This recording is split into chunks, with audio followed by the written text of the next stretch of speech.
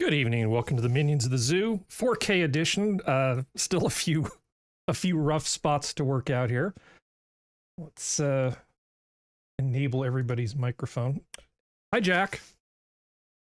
Hello. Hi, Skep. Are people actually seeing this?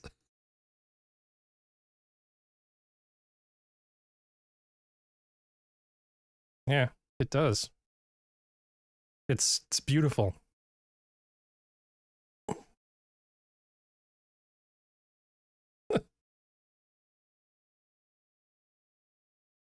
Okay, so supposedly they can only hear you. Okay. Only me? No, me. Okay, say something now. We good? Something now. Kiever Dam? I'm hearing double. Yeah. Now I'm hearing double of me. Yes. I can hear double. Harry, is your stream muted on your end? If like the playback you're seeing from YouTube, is that muted? Uh-huh. Here, I'll mute That this. sounds like the voice of God. All right, I muted my mic in StreamYards, so hopefully you can just hear me on the stream. No? Hello? Hello? Yeah, I can't. Okay. Oh, it's back. But now you're getting two of me again, right? Yeah. Well, can you mute the stream you're watching? No, I'm getting two of me. I'm getting one of I'm you. I'm getting two of Jack. You're getting playback from your end, Harry. Well, that's a problem. Clearly, I haven't thought this through entirely. Are you using voice meter? Oh, don't worry about it, man. Experimental streaming here. How can I make it so that you don't hear yourself going back? That is a very good question. Hey, Skep, is this what the 60s were like? I can't even understand you. I can't even understand myself. So that's yes, then.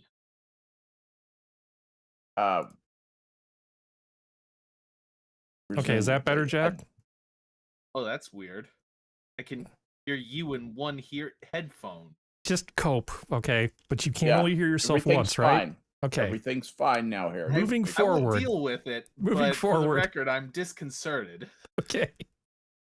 All right. So, I guess this is where I usually go around and say, how has everybody been doing? So, Jack, how have you been doing? I'm disconcerted, Harry. Oh, because there's only one of me? I don't know. It's soft and in one ear. Like maybe I have an ear infection. No, it's like the worst. It's like the worst ASMR stream of all time. Anyway, I'm doing pretty good. I'm doing okay. I went up to I don't know if either of you have ever been to New Hampshire, but in New Hampshire in the middle of the state, there are a lot of lakes. We call it the Lakes region, and all the rich people live there.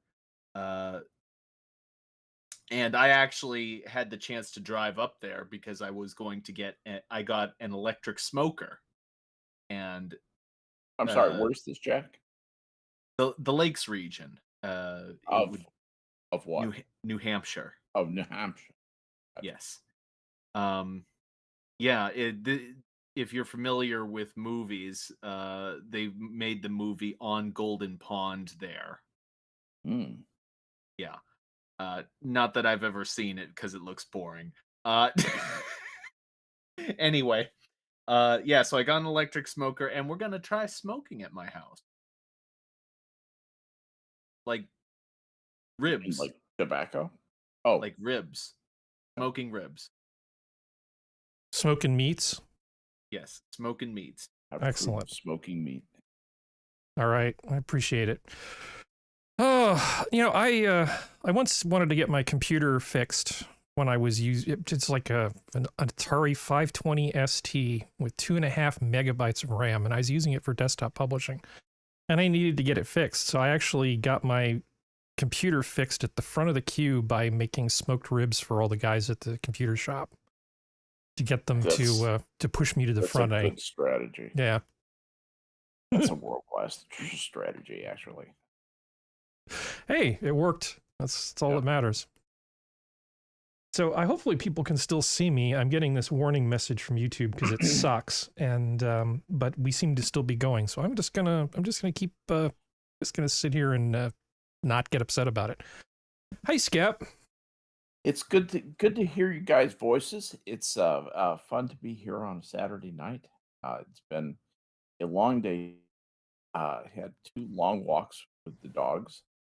A total of about 4 miles, and on top of that, running around, just doing this, doing that, and plus with this Harvest Right food dehydrator has taken over our lives. Oh yeah. So we were doing beef jerky today, and the house just smells heavenly. It smells like roasting meat. It's amazing, and we've been roasting strips of beef all day, and just making jerky, freeze drying it into Mylar bags with oxygen eaters in it, and adding to the horde for the apocalypse. Yeah. So that's how I spent my day today. Oh, I had to do a bunch. I had to basically blow off my normal Saturday schedule, go do a bunch of work, then go help out a friend with something, and then do more work. It was a very busy day. But at least you did something. At least you got off your butt and did something. Oh no, I went out in the big blue room. I got to drive by a reservoir that's been sad and pathetic for, oh God, years. I mean, you've just been watching everything in California turn dry and want to just, catch fire and burn down. That's a segue to the first news article. Catch fire. Yeah. Anyway. But it was festively plump. It was absolutely just filled to the brim. And I know that I said that crying is only acceptable at funerals in the Grand Canyon, sort of like Ron Swanson. But I have to admit, one tiny little tear of joy I gave for that, because to sit through so many years of just drought and pain and suffering, and then to see that just completely full was a beautiful thing. It gave your desiccated, dry, cynical heart a little morsel of hope, didn't it? Cruelly teased you. It did. But let's get into it, shall we? So they have hope. So there was a firefighting camp held for girls on Saturday. Let's hear more about this uplifting thing that they did for the women. Firefighters. The departments say their mission is to support youth on the Central Coast and also better recruitment. News 8 reporter Christian Balderas went to this weekend's firefighter camp and got a little taste of what they have to go through. Not hearing it, Harry. Not hearing it? What? Oh, wait. I got it. Okay. The first time in Monterey County, a firefighting camp for teens. Look at those tiny little girls. So far, we've done the car fire, and then we did the hoses over there, and then the building searches right behind. You know, if I'm in a 3-story building and it's on fire and I've passed out and she needs to fireman carry me, I'm screwed. That's... You are. I'm screwed. You heard correctly, putting out a car fire, navigating a staged burning building, Well, plus climbing up a 100-foot fire truck ladder, and so much more. So actual firefighters... I mean, I will give them credit for climbing up that ladder.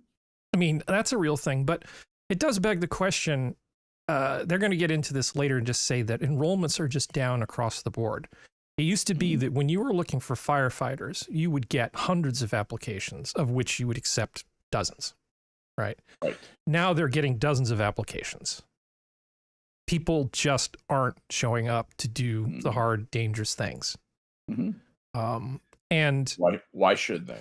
I mean, this was actually started by a group of women who were firefighters who kind of thought, hey, we should have more women here. And they're all healthy, robust ladies who probably do a very good job. I'm not saying that women can't be firefighters, but it seems to me that if you've got an overall problem with enrollment being down, maybe shoring up your numbers with 5'4" small women is not the ideal strategy. Maybe they should be doing this for all the kids. Maybe they should do one for the young boys too. And then they should just hire the most competent applicants. These women can bench as much as 40, even 45 pounds. It's as much as 45 pounds. Are you going to give them lighter fire hoses to move the big fire hoses? Kind of like the big dumbbells? Lighter victims. We need to give them lighter victims. That's the key. Yeah. So here's Athena. Or have the victims assist them. Why can't the victims, give them something back in reparations? For example? I know. Well, here's Athena. I mean, you get the impression she seems competent. But what it boiled down to was the top 32. The program was founded by Athena Suits with Marina Fire Department and Meglin Ends with Cal Fire, both starting the program after seeing similar... I mean, those both seem like healthy young women. I have no objection to women being firefighters, but I just hate the idea that... Sorry, go ahead. I want them to be able to do the job. I want them to be able to do the job, but I also want equal opportunity for everybody. And this seems to me like you're kind of got your thumb on the scale. Because the boys aren't getting this experience, are they? It's not just that, but honestly, I mean, the thing is that if you are in a high risk situation, and you are not at the absolute top of your game, it's not just that you're not helping, it's that you become a liability unto yourself. Which means that you can't just be good, you have to be like exceptional. Firefighters need to be exceptional, and I'm sorry, but I just don't believe that women have the physical strength to be able to carry out the job. Well, I mean, some do. I mean, it's a bell curve, right? There are men who don't have the physical strength to do the job, right? Yes. And then there's a small number of women who do. A small number. If we're talking like the statistical thing, though, if we're talking about the bell curves, there is very little. There's not very much overlap between men and women in terms of strength. Yeah. There's a trap there. If you're thinking about, the strongest woman is never going to be as strong as the strongest man in a fire department. But you could conceivably have women who are physically and mentally capable of doing the job and make perfectly acceptable firefighters. I have no problem if they meet the standard that everybody else has to meet. Exactly. As long as that's a standard across the board. This is where I'm having the problem with, we have a female ranger now in the Army. I don't know if you know what the Rangers do in the Army. The Rangers have one mission. They only have one mission in the Army. You know what it is? It's to fuck everything up. That's all they do. That's what Rangers are for. They are the pointy end of the spear that fucks everything up. If you're the enemy, they are going to fuck you up. They go in and fuck you up in many, many different and entertaining ways. And none of that, you think about her. what if somebody has to? What if the guy who's carrying the uh, that, that big artillery piece, the Carl Gustafsson thing that they carry? What if that guy goes down and somebody else needs to pick that up? She's not going to be able to do that because she had uh, uh, special standards. She had strength and speed standards than the rest, and she didn't have to do half of the uh, uh, other physical feats that the other rangers had to do. They just wanted to get a woman ranger. They just wanted to get a woman special forces. That was all that was about. It was sickening, absolutely sickening. She'll put a squad in danger just by being there. Yeah, possibly. Hopefully not, but probably. Like you said, I have no problem with the concept of a woman firefighter, provided she meets the standards of everyone else. But that's not what's going to happen, because it's not like the women are getting together and sending forward, hey, these are the 3 strongest women here. They have the potential to be firefighters. No, you're going to get a random sample of women, and there's going to be like maybe one of them who's capable of the job, and the people running the operation are just gonna say, well, we need to have more women because of diversity, and they're gonna hire they're not even gonna hire the strongest women. They're just gonna hire random women who aren't capable even remotely. So I guess if any of the men wanted, well, young boys wanted to try this out, all they have to do is identify as female for the afternoon, right? I suppose so. The other thing they could do is they could have, a woman who is a Piper Heron of a firefighter. So her husband's going to show up and pass all the tests for her.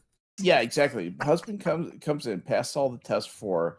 She just shows up and says, "I'm not going to fight fires. I'm going to get women of color, overweight lesbians of color, whatever it happens to be, into the firefighting business because we need more healthy at any size, plus size lesbians of color are underrepresented in the fire department, and so correct this imbalance.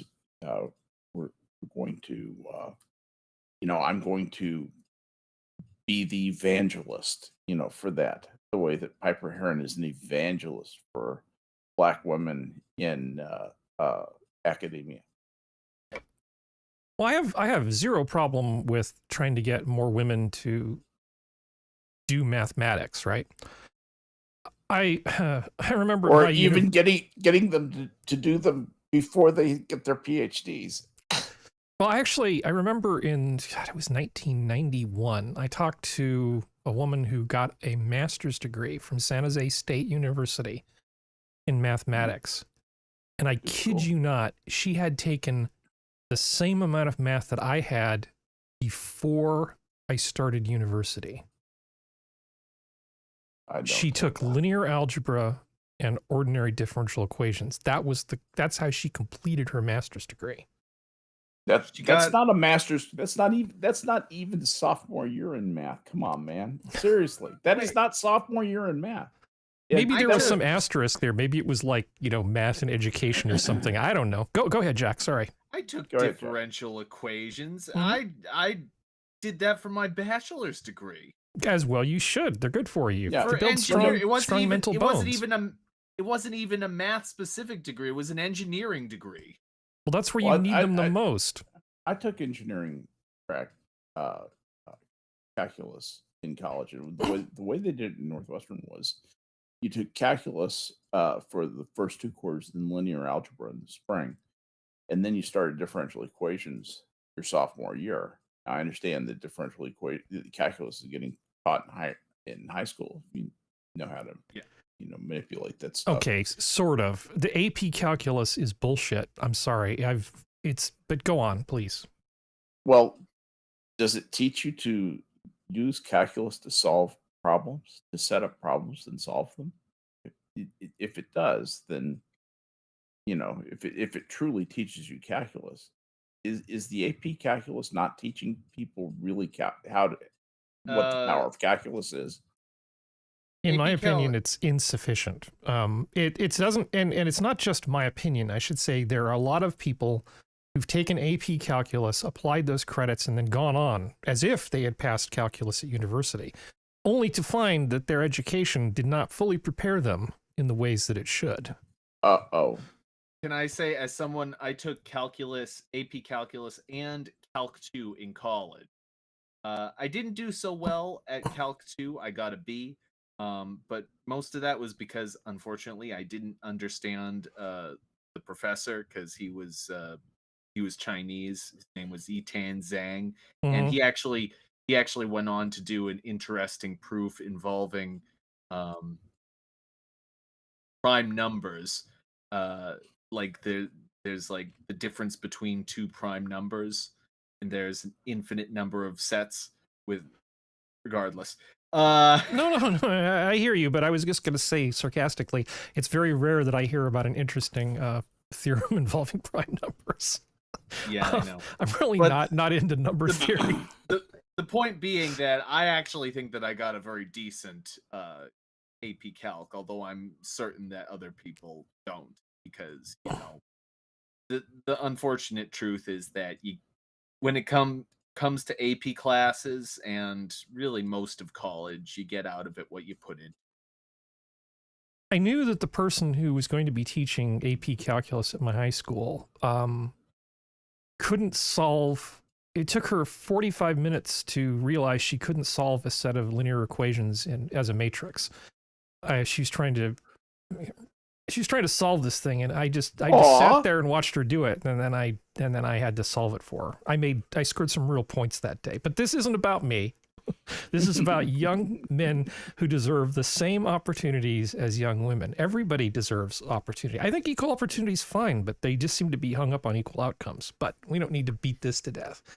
It was men who took this country away from the first peoples. You're right. May I say one more thing? Yes. Gun says that I'm an engineer. I need math more than Doris on the checkout at Tesco. Yeah. You would be surprised. You would be shocked just how little math an engineer needs to know. Yeah. Well, it depends on what kind of engineering you're doing. If you're building bridges, you need to know this sort of stuff. Other kinds of engineering, not so much. No, you don't. You just going to do it all by rule of thumb, or just let the computers do it? Well, you have to understand the software that you're using, but you don't necessarily need to do any differential equation. Most of it is going to be fluid dynamics. Most of it's going to be baked into code. Fluid dynamics, most of the fluid operations that I do on a day-to-day basis, I don't use any of like the things that I learned in my fluid mechanics class. Really? I just input it into a program called HydroCAD, and it uses a whole bunch of empirical equations to solve a whole bunch of different problems. In fact, most hydrology problems are not done using the exact equations that are specified in fluid dynamics. They're done with empirical equations that are developed over time. So you just need to know what derive your own modeling out of empirical equations that are what, as opposed to the exact equations. It would be too slow to use the exact equations. Basically, the exact equations are notoriously difficult. There's something called Richard's equation, and it solves most of the groundwater equations out there. But the thing is that it's a partial differential, and you have to have very, very specific cases in order to get an exact solution for it. So most engineers, they just come up with they just find models that have been used for like the past 100 years, and they just throw in the variables into those, because it's just far too difficult to actually get exact solutions in fluid mechanics. I don't know how, but I'm sure what you're saying is racist. Anyway, moving on. Yeah, it's all racist. So there was a quote, or there was a tweet, And this tweet annoyed the crap out of me. Okay, this may be an unpopular opinion, but everyone who isn't Gen X that didn't live through the 70s and 80s, you need to stop pining for an era which they were never part of. To everyone who is Gen X that did live through the 70s and 80s, it's time to let it go. No. I actually really like looking back on the past, because if you're trying to figure out if you're going in the right direction, it's incredibly helpful to figure out where you've been. And I'm certainly not claiming that everything in the past was perfect and that everything in the present is terrible. There are a lot of things that are better now than they were in the 70s and 80s. Food, for example. Food is way better now than it was in the 70s and 80s. Gosh, yes. Food is insane by comparison. I mean, the amount of and quality of food that the average person has access to is ridiculous. The just sort of John Q. public on a limited income, in many ways, if they set their mind to it, can eat better than all but the richest of people in the 70s. You want to talk about food? How about diet food? Food with lower calories. Well, it doesn't. Is that food? Or is that, are you talking about real diet food or manufactured stuff that's supposed to help you lose weight? Yeah, like stuff that helps you lose weight. Well, that's certainly true. That has gotten so much better. Just over the course of my lifetime, it has gotten so much better. So I don't know if you noticed, but there's lots of thoughts on YouTube and TikTok and that sort of stuff. And there are a few channels that pop up in my feed where younger women are dressing in like 70s clothes, right? Because it's some sort of nostalgia thing. So J random 22-year-old decides to just embrace 1970s clothes. And I'm like, I don't necessarily want all the 22-year-olds in the world to run around wearing vintage clothing. That seems kind of silly, but I don't have a problem with it. And I don't understand what this guy's beef is. This statement that he's making just seems really dumb to me, because a lot of things in the 70s were way more fun than they are now. And I'm not saying that I really enjoy the better food and the better medicine and a lot of the other stuff that's awesome. Like just the other day, I got like this little LED flashlight on my keychain. It's a tiny little thing. It's smaller than my thumb. It puts out 600 lumens. Okay. I still remember my first Sea Crane Company LED flashlight that had this one sad little LED. It was like a firefly with AIDS. It was nothing. I mean, it was just this anemic little flicker, and that was high tech at the time. Yeah. And now I've got 600 lumens in this tiny little thing that's smaller than my thumb. So I like technology. I mean, I don't want to go back to the 1970s, but I do feel like we've kind of lost a lot of stuff from the 70s and 80s. That was a fun time. One thing that we've lost from especially the 70s and 80s is the AIDS has really cramped everybody's party style. You know what I'm saying? Yeah, that whole free love thing was fun while it lasted.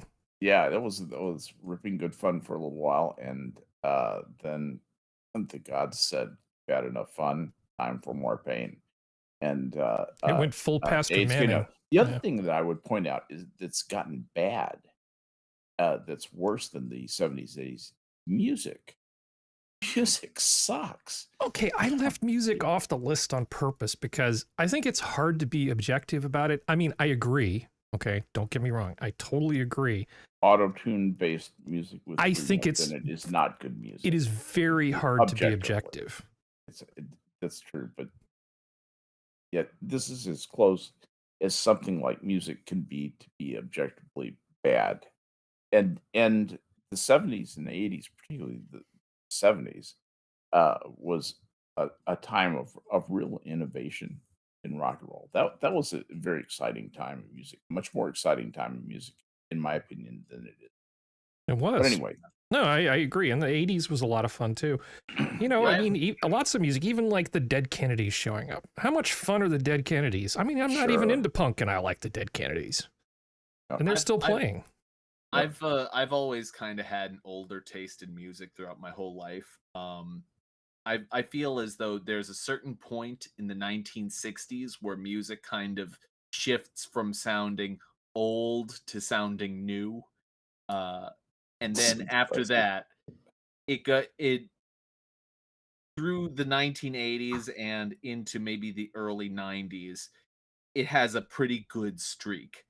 And then the 90s, you have a little bit of good stuff, and then it kind of just fades down, and into the 2000s and on, it just turns into almost all exclusively high octane crap. Well, I have a specific example, okay? Just a specific example. So the evolution of the Ford Mustang, this is all I need to say. The original Ford Mustang from the 60s, not a great car, okay? It was created on a shoestring budget, slapped together, underpowered, not a great car, but people loved it. About the third year, it started getting better. They fixed it after the first 2 years. Yeah, so it started out like this, and then it turned into, you know, like this in the 70s. A bit tacky, but okay. I mean, if somebody was giving them out, I would definitely take one. The Mustang 2, screw that car. And this is Mustang 2. I hated that car. This is kind of terrible. But you start getting into the Fox body Mustangs. I used to have a Fox body Mustang, and I had one of the SVO Mustangs, and it was a hell of a lot of fun. Yeah. So I mean, I had Coney shocks on all four wheels, 255 VR16 Gator backs for shoes, a 15-pound turbocharger. You would put your foot into it, and you could count to 2, and then suddenly your horsepower would double. It was so much fun. It was so much fun. God, I loved that car. If I hadn't been T-boned in it, I would still be driving that car. I would. There's just no reason to replace it with anything else. I thought that car was outstanding. But you go forward, you know, Fox body, you know, still, these are fine cars. And you get to the more modern ones, okay, getting pretty tacky, pretty terrible. And then you get this thing at the end here. This is the this is the nicest angle you can photograph this car from. From the back, it is a rolling sentinel pile. I don't know who thought this was a good idea, but that is not a Mustang. No. It's a little utility wagon of some sort. A sad little memory of a once pretty decent car. It looks kind of like a standard sedan almost. Have you seen the? Yeah, it does. It does, Jack. You're right. Yeah, it doesn't look like a Mustang. I mean, where's the joie de vivre? Ordinariness. It's so ordinary. It looks like all the other cars. Sometimes you can tell the quality of a car because the hood seems to make a face, and the face of the hood on this car is I don't like this car. Yeah. Okay, so like my life. Assassin's saying it's not a Mustang. Neither are the ones based on the Capri chassis. I mean, as far as the Capri goes, unless you get the one with the Cosworth dual overhead cam engine, there's no point in having a Capri either. That was like the ultimate sleeper car. It's like, oh, your Capri's got a Cosworth dual overhead cam engine in it. That was a car. I actually know somebody who used to have one of those. Unfortunately, she was insane, but great car. Sad to say. Yeah. Yep. Yeah, my actress model triathlete friend. Oh, anyway. Yes. Okay. I was going to ask if it was that one. Though I digress. Maybe the reason is I don't really see many young people driving muscle cars these days, and I think that there's sort of like a cultural element that's kind of dwindled down over time about the speedster. Nowadays, if someone's speeding, it's not so much because I want to open it up. It's because they're highly stressed and trying to get to work. Yeah. Do you know what I mean? No, I know. I understand. I have one of these days, well, when I get things working on my channel as well, so I can stream on both and we can go longer, there's more stuff that I want to show along these lines, but I just want to point out how much I hate the new Mustang and how it saddens me. It's hard not to draw comparisons to the past when people have just screwed up so much stuff in the present. And I'm not kidding. Things used to just be so much more fun. And I don't think it's just because I'm older and life is less fun when you're older. It's actually supposed to be funner or more fun when you have fewer of certain kinds of stresses, right? You know, you've reached a point in your life where there's a certain amount of comfort and you're kind of comfortable in your own skin and all that sort of stuff. But I can assure you the 80s were 1,000 times more fun than whatever this freaking decade is. Yep. Yeah. This decade has been utterly devoid of fun. But I do have to ask, Harry. Yes, sir. What do you hate more, this car or fish? This is the fish of cars. That's all I'm gonna say. It's the sunfish of cars. If a sunfish was a car, it would be this car. And if this car was a fish, it would be a sunfish. Yeah. But in terms of the whole looking back thing, it is hard not to get too sad about things. I found this video. Somebody did a walkthrough of Fry's Electronics right before it closed, the one in Sunnyvale, the mothership. Did you ever go there, Skep? Oh, God, yes. Many, many, many times. Yeah. So this is the first one that opened on Lakeside Drive. And I remember going there and there being 2 hour long checkout. That one opened. Yeah. Yeah. Yeah, so this is the one that replaced it, is this Fry's right here. This is the Fry's in Sunnyvale right as it was about to die. And so their whole theme was the wave is the pulse or some sort of quantum bullshit thing. And so they would decorate the insides of these things along different things. One of them was a Mayan temple. One of them was like an Egyptian pyramid, all sorts of stuff. Shark jumping is going on every day. Do you know how much fun it was just to get done with work and just go here and just walk around? Yes, that's what I mean, Micro Center is like nothing compared to what this used to be. These are all like parts and stuff off to the side. Yeah. Wendy's fries are tasty. Okay. Lines and lines of just. Yeah, this is all pared down. This is right before they went out of business. Yeah. You know, you can see everything's bare. You can see the scale of But look at how huge this was. I mean, you could buy telescopes, cameras, and TVs, washing machines, dryers, small appliances. You could get everything in this ginormous store. It was so freaking awesome. And they had everything you want. You want everything we have. That was what Fry's was. They had bits of computer history on exhibits throughout here, like the first Klystron tube was under plexiglass, just all kinds of cool stuff. And you know, this was so much fun. I mean, I'm not going to wax poetic about this for too long here, but yeah, here, just buy a bunch of crap. And in the center of it all was like this little cafe where you could get sandwiches and smoothies and all that sort of stuff. Yeah, I don't like shopping, but I actually enjoyed this. And then it all just kind of went away. So yeah, it was actually fun going places and doing things. I don't think the new world, and I say this as an Amazon shareholder, I don't think the whole Amazon stay home in your underwear eating macaroni and cheese like Miles Davis on a bad day, waiting for shit to get dropped off is better. This was going places and seeing things was better. We are operating at a tremendous cultural deficit. Yeah. Oh, caused by what? I don't know. I mean, that's really the interesting question, isn't it? That's the interesting question, though, isn't it? I could go to my stock answers. One might be that the first one I usually think of is communism, socialism, Marxism, all that stuff, blah, blah, blah. Because, you know, they're the ones that have like this brutalist mentality of just whittling down the human experience into nothing. The second default answer I go to is the exponential advancement of technology. It's been so fast that humanity doesn't really know how to cope with it yet. We didn't really evolve alongside it as much as it has gotten away from us. And so now we're kind of left trying to pick up the pieces, and we're not sure what to do about, you know, the tremendous gap it has left in our lives yet. and we don't know what the hell it's going to leave in its wake in the future. I'm just reading chat. Spudgun said funner. Yes, it was more funner. But yeah, I don't know the answer either. I think a certain amount of it was just sort of inevitable.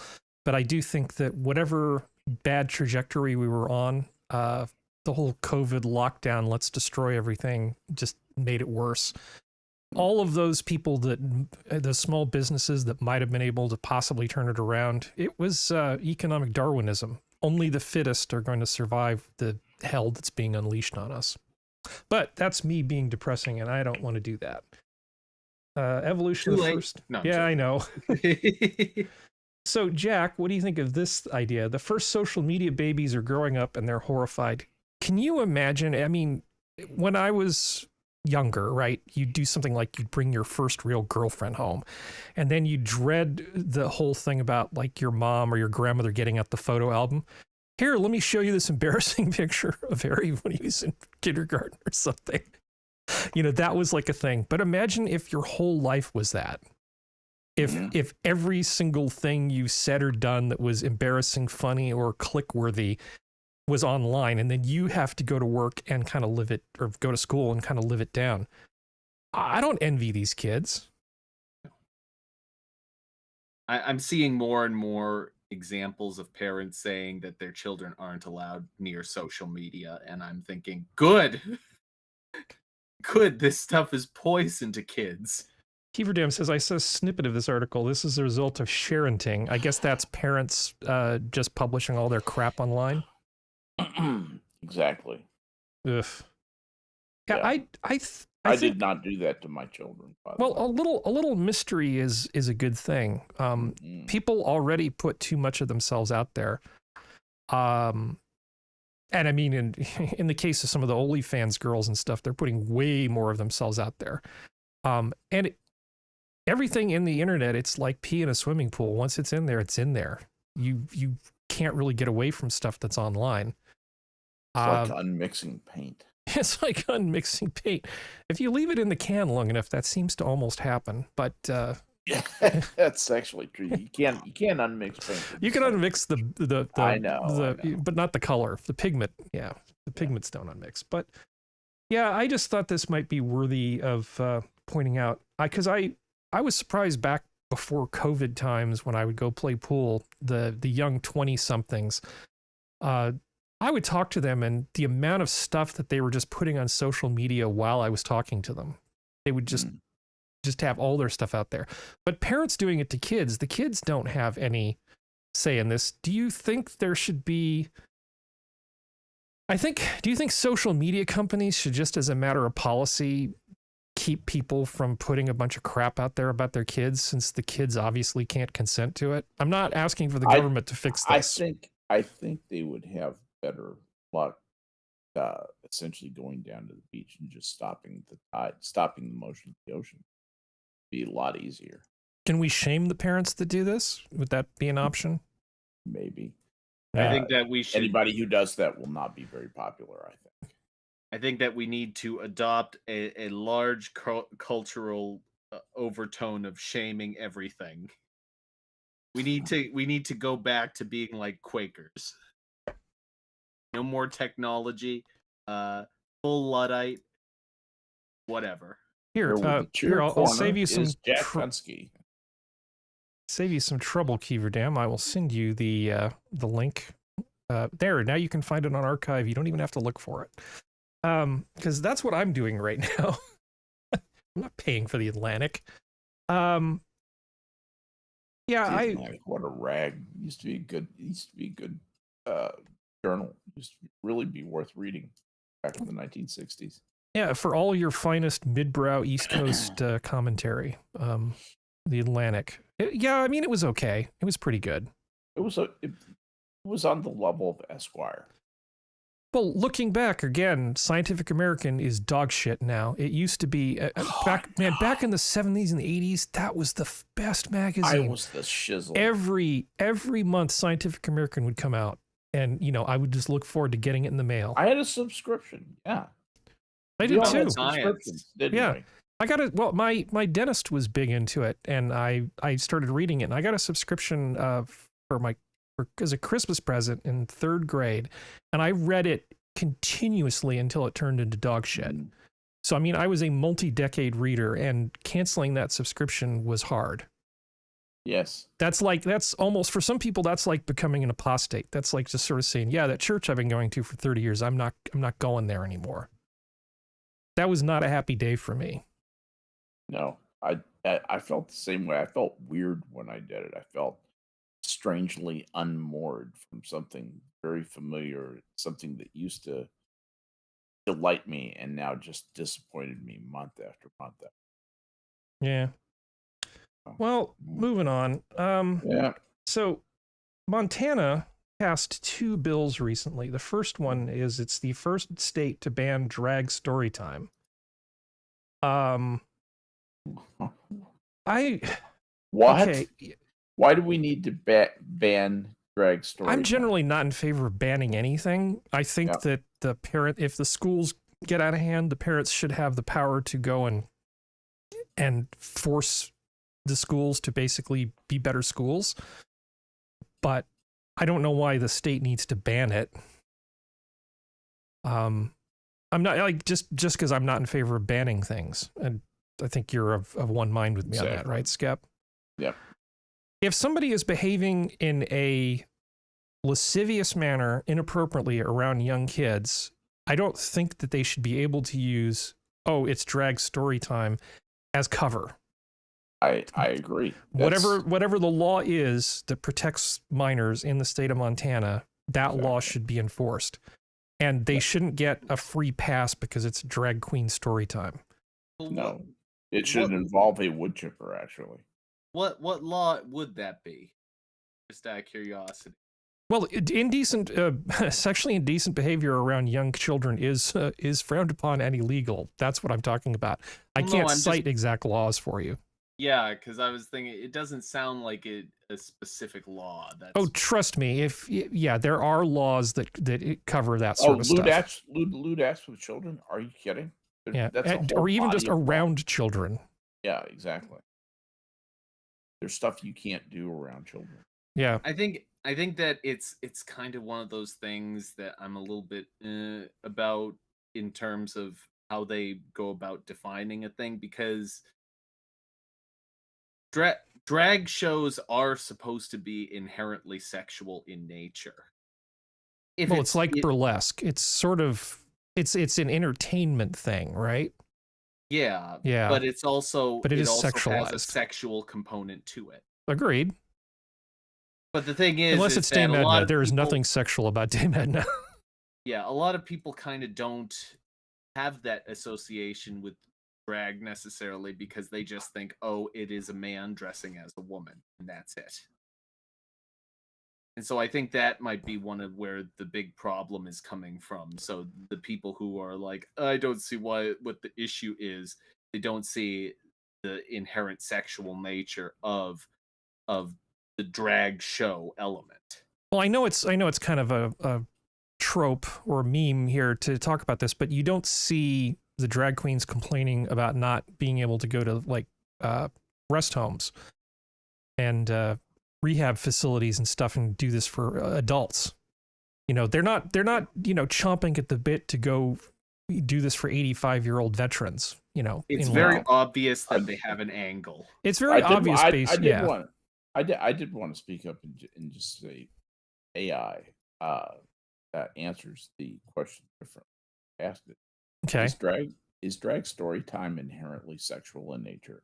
It answers promptly, no. Drag story time is not inherently sexual in nature. Drag story time is an event or performance where drag queens or kings read books to children, often with themes of inclusivity, diversity, and acceptance. The purpose of drag story time is typically to entertain and educate children, promoting literacy and teaching valuable lessons about tolerance and embracing differences.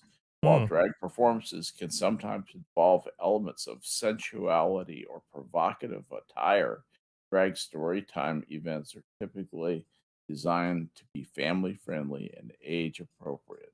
The focus is on storytelling and engaging with children rather than conveying sexual themes or content. They can bone the little bastards later. Hey, wait a minute. I'm just kidding. Yeah, don't say the quiet part out loud. I was gonna say it sounds like a classic case of overtraining. Oh man, this is like boilerplate. Just came straight out of this thing. Well, there was another one which I seem to have. Diversity is our strength. Okay, well that was the other one. So they also decided to ban TikTok, which I'm even more opposed to because, again, I'm not in favor of the government banning stuff. This seems like a problem that the parents need to solve.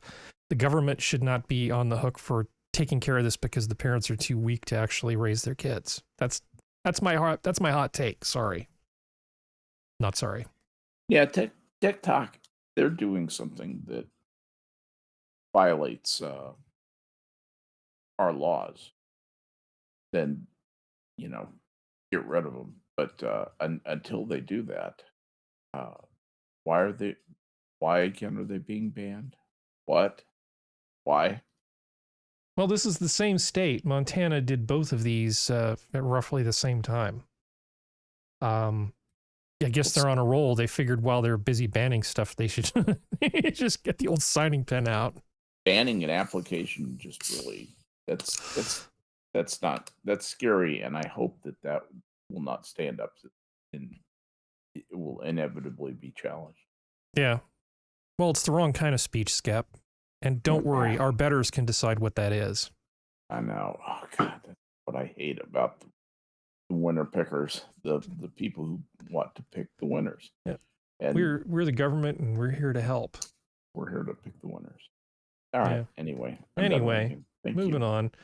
Let's see. Okay. Bloodgun wants to know if you've heard the furor about Roger Waters and Pink. Oh God, Roger Waters. Okay. Who is an anti-Semitic son of a bitch. Well, I mean, I'm just thinking now. Thinking of, it was that stuff.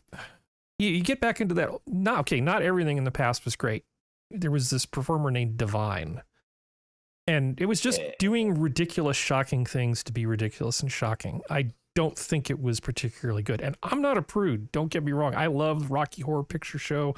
Perfect Pink Flamingos was too far for you. But I mean, I'm not getting it. I'm not enjoying it. Other people can enjoy that. It's like, I don't want to watch the movie Eraserhead again either. I just don't want to, I was just about to bring up Eraser. But Repo Man, that was good fun. Jeez. But yeah, so Michelle Obama lobbied for healthy school meals, but I guess she has her own brand of soft drinks and or like fruit drinks and sodas, but they don't actually meet any of the health requirements. We don't have to have a long conversation about this, but I was just thinking, Michelle Obama has her own line of drinks for kids. What the hell? Did you know about this? Did you know Michelle Obama was shilling juice boxes? Good God. Anybody can sell their name to put on anything. That's basically that's all that is that's a consumer products company. A big one probably came to her and said, "Hey, how'd you like to get into the whatever business?" Yeah. So I have this Michelle Obama's new dick juice. Yeah, I have for the number of minutes we're supposed to spend talking about this, 0. I wrote a 0 next to it. That's how much I care. But I did want to actually talk about this. Did you ever hear of this housing development that was in St. Louis, Missouri called Pruitt-Igoe? Yes. Okay. Yes, Jack, I was kind of hoping that you had heard about this. So how well do you know the story of the history? Interestingly enough, I actually learned about this from the Philip Glass soundtrack to Koyaanisqatsi, which was a boring ass movie made in the 1980s, but it features a track called Pruitt-Igoe, and I was curious about it, and I looked it up online, and it looks kind of like it looks kind of like it was an attempt at brutalism in order to design a building that was as pretty much as efficient as possible. So like they would design the fire exits to have like one per floor, but it was centrally located so everyone would be able. It was that kind of thing. Okay, let me give you a history lesson. So this is back in the 50s, late 50s, and there was tenements. It was shit. It was not a great place to live. So what they did was they plowed down all these tenements, and they were going to build two different housing developments. One was Pruitt, one was Igo. And one was going to be for the white people, and the other one was going to be for the black people, because segregation was a thing. By the time that this was completed, segregation was no longer a thing. So it ended up being not based on race. They pushed it all together into one big thing, Pruitt Igo. Okay. And but this was low-income housing, though, wasn't it? Well, this was meant to provide housing for, it was basically meant to replace the tenements, and it was supposed to be affordable housing and public housing to just lift all these poor people up. Like, here, poor people, the government is here to help. We're going to give you a new place to live, and it's going to be awesome. Well, in order to save money...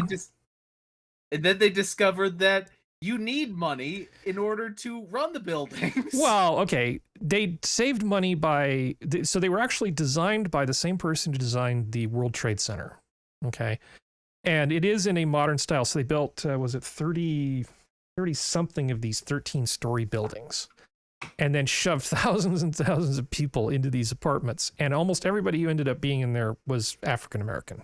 Okay. It was almost all black people from there. They didn't have elevators that went to every single floor. They had to save money. They had elevators that would just go 3 floors. So you could go like from the 1st floor to the 4th floor. And if you wanted to get to the 5th floor, you had to take the stairs. And if you wanted to get to the 6th floor, you had to take the stairs. But then you could take another elevator to the 7th floor. They did this ridiculous thing. They were supposed to put parks and restaurants and stuff down below, but they didn't do any of that.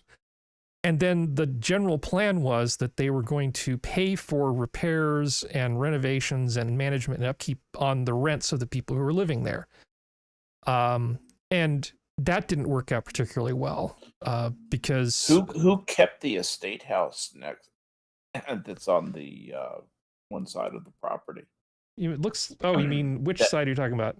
That private house, obviously private house that... Well, I see a church. Was that a church? Yeah, I see a church, and then there's another house right next to it. Yeah. But although initially viewed as an improvement over the tenement housing in the slums, living conditions in Pruitt Igo began to deteriorate soon after completion. By the mid-1960s, it was plagued by poor maintenance, high crime, and low occupancy. You know those stairwells I was talking about? It was like running a gauntlet trying to go from one floor to another. Vandalism and juvenile delinquency were endemic problems. Numerous attempts to reverse the decline failed, and in 1972, several of the buildings were demolished. By 1976, all 33 buildings had been taken down. And a lot of people view this as being the perfect example of why big public housing projects just don't work. Yes. I think those people are right. Okay? Well, Cabrini Green was built while this was failing, while this was in mid-failure. They put up Cabrini, which was Chicago's version of Hold My Beer. It's funny you say that, Harry, though, but that is basically the reason that this particular project is basically the reason I think that public housing doesn't work. And I know a little bit about public housing. My engineering firm designs a lot of it. I don't believe in it at all, but my boss does.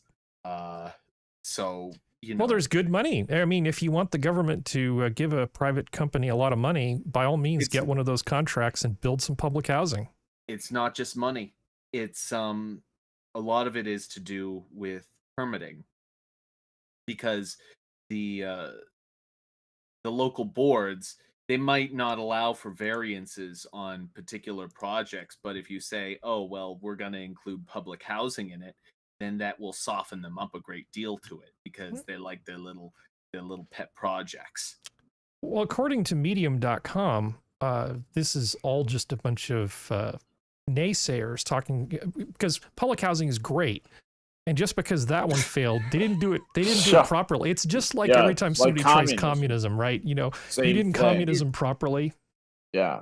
It's funny because when I was originally doing my reading on it, I was just blown away by how vague a lot of the information on this thing was, because people were basically just saying, yes, it was there was tremendous problems with racism with these things, and I was like, what are they? And they were like, there were tremendous problems with racism with these things. Yeah.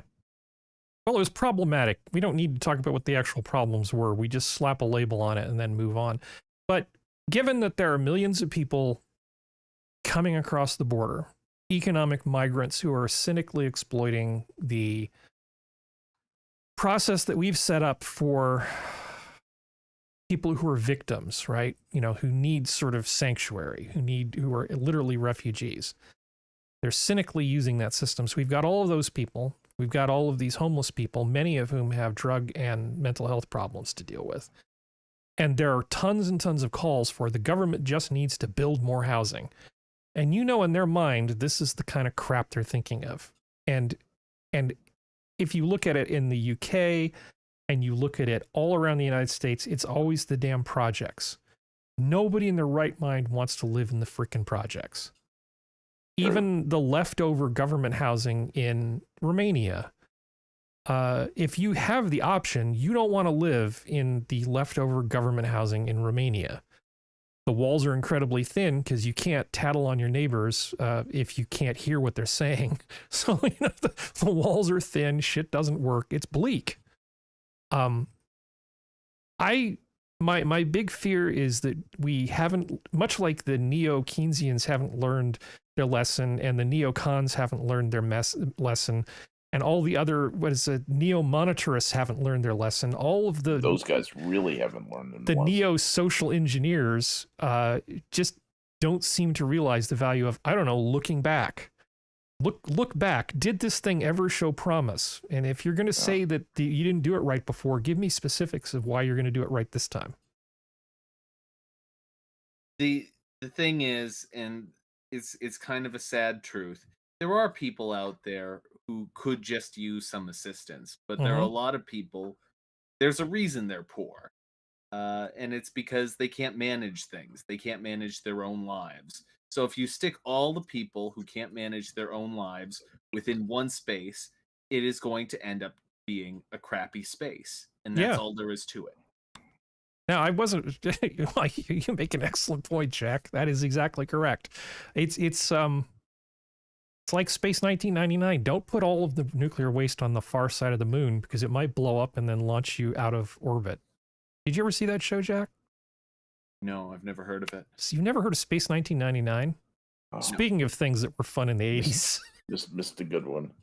That was great. Missed a good one. Anyway, yeah, so these people, there was a documentary that was made called The Pruitt-Igoe Myth that just sort of goes on to talk about how modern architecture is great and we definitely need more of this crap. And I am just not buying it. And I'm glad I don't have to convince you, Jack. You already know it's crap. Well, Assassin of the Gray points out that Total Recall was shot in Mexico City around the military academy for all the urban scenes. And it has that neo-brutalism architecture. And he's absolutely right. I remember thinking. I don't know if I would actually consider this to be brutalist. It's modern, but I wouldn't say it's actually brutalist. Now, Old Guy Gamer is saying Maya, ? Okay. Season 2, Space 1999, was ruined because an American went over there and tried to make it sexy, and they screwed it up. Season 1 was actually really good with Barry Morse. Season 2 was terrible because one of the guys that helped, screw up Star Trek went over there and helped screw up Space 1999. We will talk about this later. Okay. Barbara Bain and Martin Landau, not David Landau. Yeah, not David Landau. David Landau is that guy that used to hang out with Steven Crowder. Totally different guy. Dave Landau. No, it's Martin Landau. Yeah, Space 1999 did come out in 1975. Originally, UFO was a series, was like the first live action thing that Jerry and Sylvia Anderson put together, because they'd previously done these Marination things with puppets, right? And so they did UFO. I love UFO. It is so much fun. It's terrible and it's corny, but I love that show so much. But then they were trying to sort of come up with a sequel to it, and that didn't go over particularly well, and they retooled it into Space 1999, which was sterile with the unisex clothing and all that sort of stuff. But I thought Barry Morse brought a lot of gravitas to it, and it was really good. Then they brought in Catherine Schell as Maya, who she was like a Bond person, sexy. She was a real hot property at the time, but her character was terrible, and the stories were awful, and that whole second season was trash. But anyway. Let's see, what is the next thing on the list? I have too many windows open. I need a producer.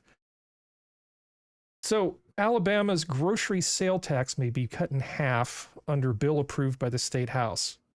Do you really get the impression that food is that expensive? I mean, I'm not in favor. I'm in favor of cutting any tax we possibly can, but food is incredibly cheap. We have really fat poor people in this country. Am I just missing the narrative here? Calories are cheap. Yeah. Good food, eating well, is actually kind of expensive. Yeah, nutrition's expensive. Is it? What Jack is saying is true, and that's been my experience. What I've seen and everything I've read, I agree with what he's saying. Yeah, eating on the cheap is possible, but it takes a lot of work, which you probably could be spending doing, something else, going to night school or whatever. I agree, but I would love to see taxes get cut. I got to think about where I want to be in 10 years. You do. You're going to be eating jerky is what you're going to be doing, because you're making all that jerky you're making now. You're going to be eating it in 10 years. We still have some, I swear to God. People are going to be eating crickets, and you're going to be eating beef jerky, and you're going to be like, "Ha, I win." Exactly. You know what it's like? It's like IKEA furniture. IKEA furniture is cheap, but it breaks easily. It is of little value. Yeah. That's what the fast food is. Oh, I empty calories are us. That's I think that would not be a good name for a restaurant. So, economic stability hangs on U.S. love of barbecue. This is a great headline because there's so much to write about it. This article doesn't really talk much about barbecue, sadly, but the general premise is that these guys all want to basically knock off and go enjoy their break because they're coming up on their break. Okay. So there's some... They want to get this whole debt ceiling thing handled and behind them. And they're going to miss out on their barbecue if they're not allowed to leave. That's generally the premise here. How do you feel about the brinksmanship that's going on between the Republican House and the rest of the government that just wants to spend like drunken sailors? This is the great thing about the misdirection that's actually going on here. What's going on is public accounting. You're seeing government accounting done in public. That's all that's happening. None of this makes any difference. It's not going to make a hill of beans difference. It's just one side trying to make the other look bad, and this happens to be the mechanism because the authorizations come up, and you have to come up with a new budget, find a way to obligate money. It's just a chance to dance in front of the public and hate on each other professionally. That's really all this is. Well, when it comes to stuff like the budget, right? That's the only leverage that these guys have. They only control one house. This is literally the only card they can play, the Republicans, to do anything, is to threaten to just stop the supply of money. Yep. Right? So... And it doesn't, but it doesn't stop the supply of money. This is the thing. People act like this is anything more than just an inconvenience, and it's nothing more than that. It's mostly an inconvenience for the people who are contractors who provide services to the government. That's who it's mostly a pain in the ass for. They get their payments late. Well, okay, so there's two things. Well, hold on. There's the debt ceiling, right? And then there's there's not having a budget. Now, frequently when we don't have a budget, they will say, okay, and all non-essential people go home, in which, of course, the Ron Swanson in the back of my head says, well, how about all of the non-essential people just go away completely forever? Stay home. How about you just not come back? Right. Like if you're not essential. How about you just not be part of the government? And then there's this, which is the whole debt ceiling thing, which is, I don't view these as necessarily being equivalent. I don't know what happens, honestly, if suddenly the government can't borrow additional money or pay money on the bonds that we've already put out. I think they're worried that there's going to be some credit crisis, that our bonds might get devalued, which would cost the government more money to borrow money and then have a snowball effect of suck. Well, there has to be a bubble, though. You can't borrow money forever. Oh, of course you can. That's sort of the neo-monetarist thing. They're basically saying that debt doesn't matter when it's the United States that holds the debt. It's ridiculous. That doesn't make any sense at all. And I shouldn't have said holds the debt, but you know what I mean. They're claiming that it doesn't make any difference. One of my liberal friends actually sent me this article talking about how pointless it is to even consider and racist to even talk about things like the national debt. Whenever someone says something is racist these days, I'm like, I should consider this further. But you think this is a huge nothing burger, Skep. That's basically what you're saying, right? No, I guess we lost him. Dogs, right?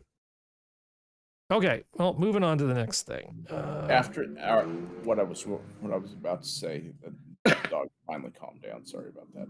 It's okay. What I was going to say is that after you watch and see, they will stop talking about this suddenly, and you'll never hear anything about it again, and they'll just be on to the next thing.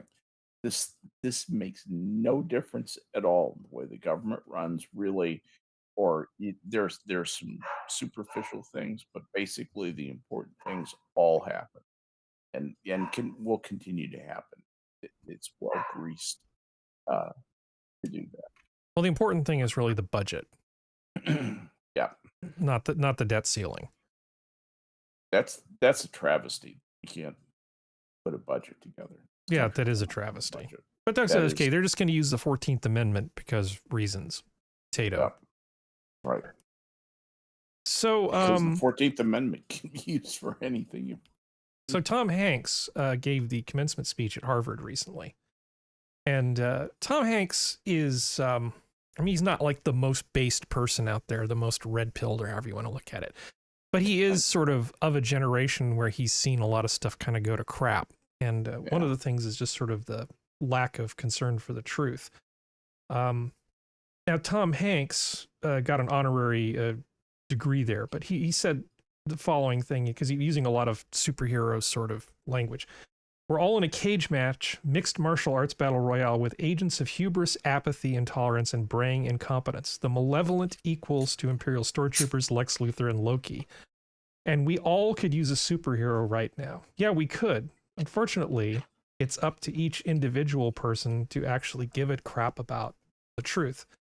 It's in the vision quest for truth that we look to you, newly incorporated members of the Justice League of Avengers, to come to the rescue. For the truth, to some, is no longer empirical. It is no longer based on data, nor common sense, nor even common decency, he said. Telling the truth is no longer the benchmark for public services. It's no longer the salve for our fears or the guide to our actions. Well, sometimes the truth is inconvenient when you're trying to pursue a greater good. You know, any CNN reporter knows that the truth is really something that shouldn't get in the way of justice, right? Any new person in the government knows that. I don't know why this old boomer's sitting around talking about the truth. No. What's wrong with him, Skep? And how is he racist? Certainly shouldn't set you free. Yeah. What do you think, Jack? How do you feel about the truth?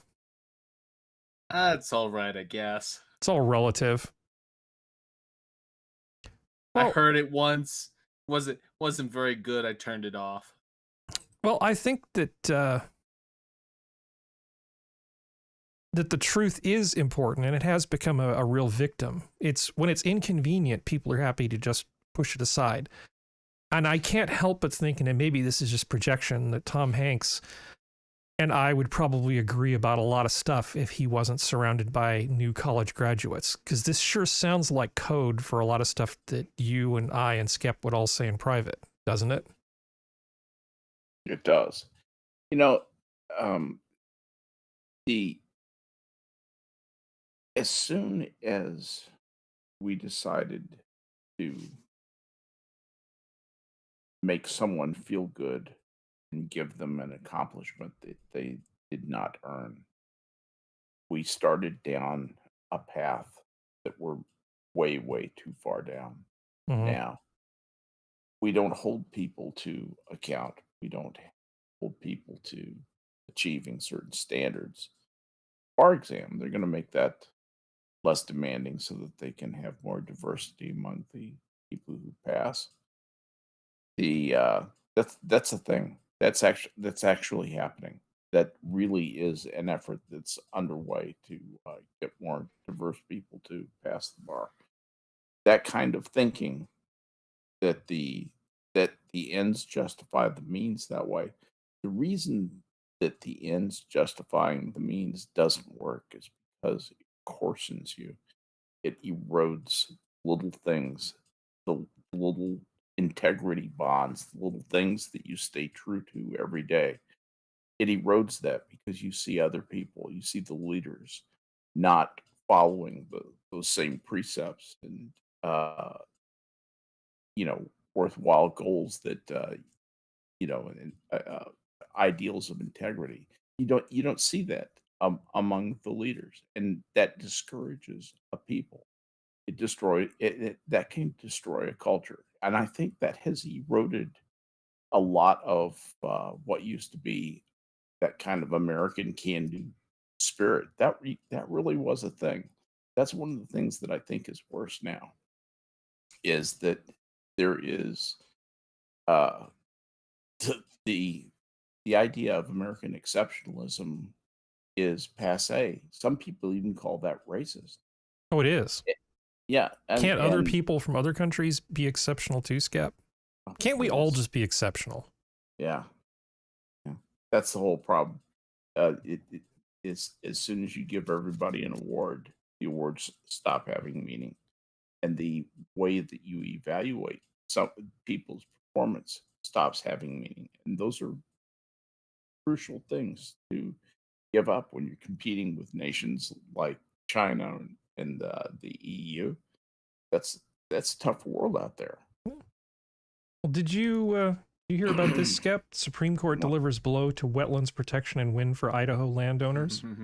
No, but it sounds like something that will either depress me or... Yep. Well, the Supreme Court on Thursday significantly weakened a landmark water pollution law by ruling that an Idaho couple's property does not include wetlands subject to federal oversight under the law. Because if you have a tool, it would be just wrong not to use it as much as possible, right, Skep? Right. No, why wouldn't the government absolutely just do this? The ruling, in which the justices agreed on the outcome but differed on the legal reasoning, concluded that Mike and Chantel Sackett's land does not fall under the jurisdiction of the 72 Clean Water Act, so they are not require a federal permit to build on the property. The decision ends a years-long battle between the Sacketts and the government and is a victory for conservative groups and business interests opposed to the broad application of the water pollution law. Yeah, they've abused the ever-loving crap out of that law. And I'm not in favor. Okay, I'm not in favor of rivers that catch fire and water pollution. And, I'm not saying that I'm in favor of pollution, but here in California, if you're anywhere near the coast, the California Coastal Commission has a ridiculous amount of power over every single thing you can do. Yep. And they just shouldn't. A bunch of unelected officials just causing trouble. And this is a thing that EPA bureaucrats use as just another way to beat honest people over the head. Yeah. And here's the thing. I'm a drainage engineer. So you know where water goes. This is a huge game changer for me, because what happens is one of the big rules, particularly in this area, is if you have a wetland, there's pretty much a 75-foot buffer around that wetland.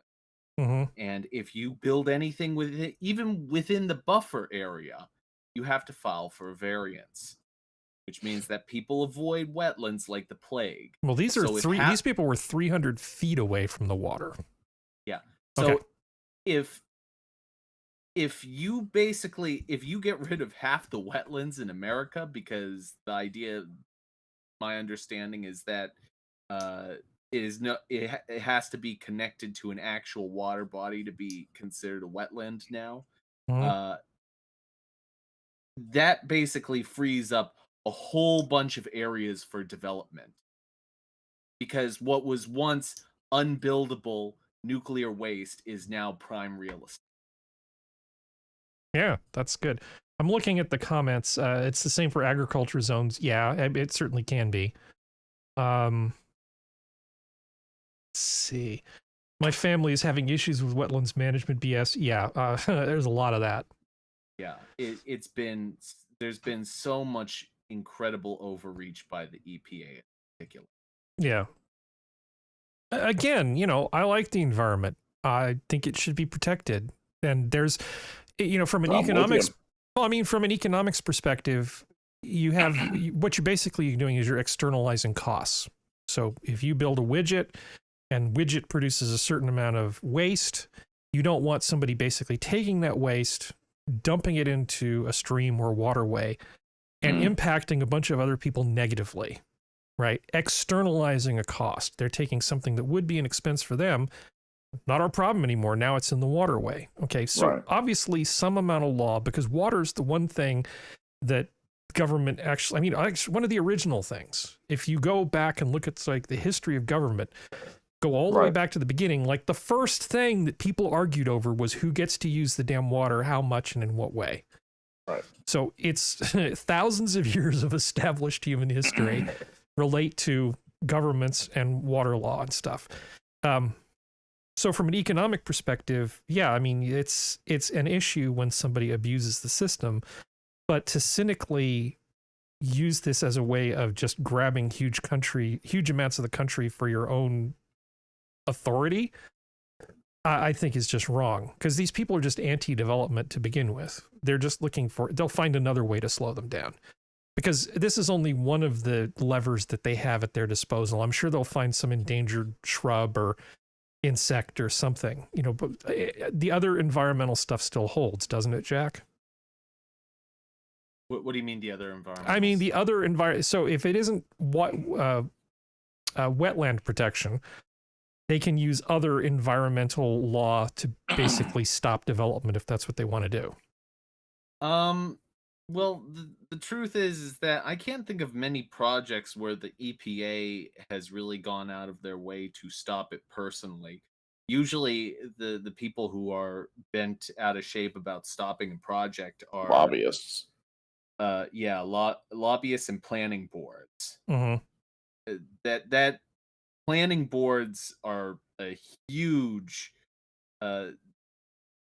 they probably have more overreach than the EPA, because they can just decide to kill a project and there's nothing you can do about it. Yep. And there's no real law that you're breaking at all. They can just do whatever the fuck they want. Have any of you seen Clarkson's farm? Yes. Yeah. All the stuff that he has to deal with the council is amazing. I can absolutely see why he got awards from farmers for some of the work that he's done, because he's really done a good job of shedding light on all of the preposterous bullshit that the farmers have to deal with there. And I hope it's not as bad in the US.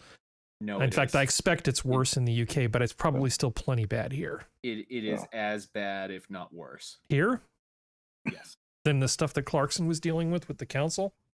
I saw a few things that he did that I was like, I don't know if we would be able to do that here. Wow. There is tremendous. I cannot overstate how overpowered planning boards are. Yeah. I know a guy who's a professional go out and count stuff guy, you know, like for doing environmental impact reports. So he's the guy that you hire to go out and count endangered birds and count fauna and flora and stuff. I mean, that's what he does with his biology degree. He's very, very busy. Yes. They have an awful lot of ways to, if the government decides that it wants to punish you, it's pretty darn easy. Which is a beautiful segue to this case. So I don't know if you heard about this, but a woman owed some money to the taxes and a tax man in Minnesota. So they seized her house and then sold it and made a handy profit over the amount of money that she owed, and then just sort of bothered to pocket that. And the Supreme Court has ruled that this is essentially a taking by the government. I know. It is. Shocking. The unpaid taxes amounted to $2,300, which came to $15,000 with penalties, but the county ended up taking the entire $40,000 price for which the home was sold. And the court, in an opinion by Chief Justice John Roberts, was unanimous. A unanimous decision by the U.S. Supreme Court. As Roberts pithily summarized, a taxpayer... That's called a unanimous fuck you. I know. A taxpayer loses her $40,000 house to the state to fulfill a $15,000 tax debt, has made a far greater contribution to the public fisc than she owed. The taxpayer must render unto Caesar what is Caesar's, but no more. Yeah. That's exactly right. It's good. I'm sure, you know, they really need to get in there, and we're never going to reach utopia with this group of justices. That's like first year law school law. Yeah. That's like black letter law.